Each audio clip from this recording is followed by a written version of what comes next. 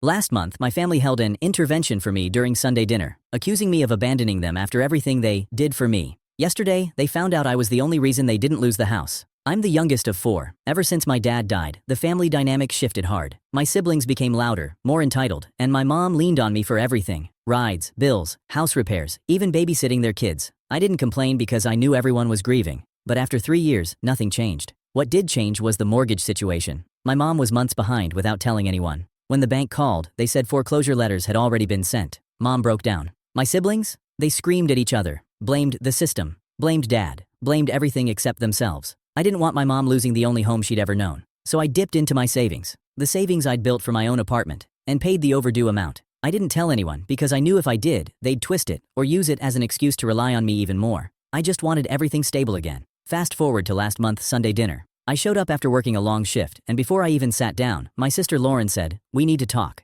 Everyone was staring at me. That performative, judgmental stare. My brother Nate started. "You've been distant, selfish. Mom says you barely help anymore. You don't pick up the kids, you don't stop by, you don't even check on the house." I blinked. I had installed a new water heater 2 weeks earlier. Mom chimed in. "We all pitch in except you." That stung. I'd paid 3 months of their overdue mortgage without saying a word. They kept talking like it was some family meeting I was supposed to be ashamed of. Nate said, "You think you're better than us because you got a job that pays well?" Lauren added, "You're abandoning the family and we're tired of carrying you." Carrying me. I almost laughed, but I didn't say anything. I knew from experience that defending myself only made them double down. So I stood up, told them I needed space, and left before they could insult me again. I went low contact. Not no contact, just less. Fewer errands, fewer emergency calls, fewer moments where I was used like a free worker. Then yesterday, everything blew open. Mom received a letter from the bank saying her account was now current and thanking her for resolving the overdue balance. My siblings immediately called a follow-up meeting, assuming the bank had made a mistake or that Mom had been approved for some loan.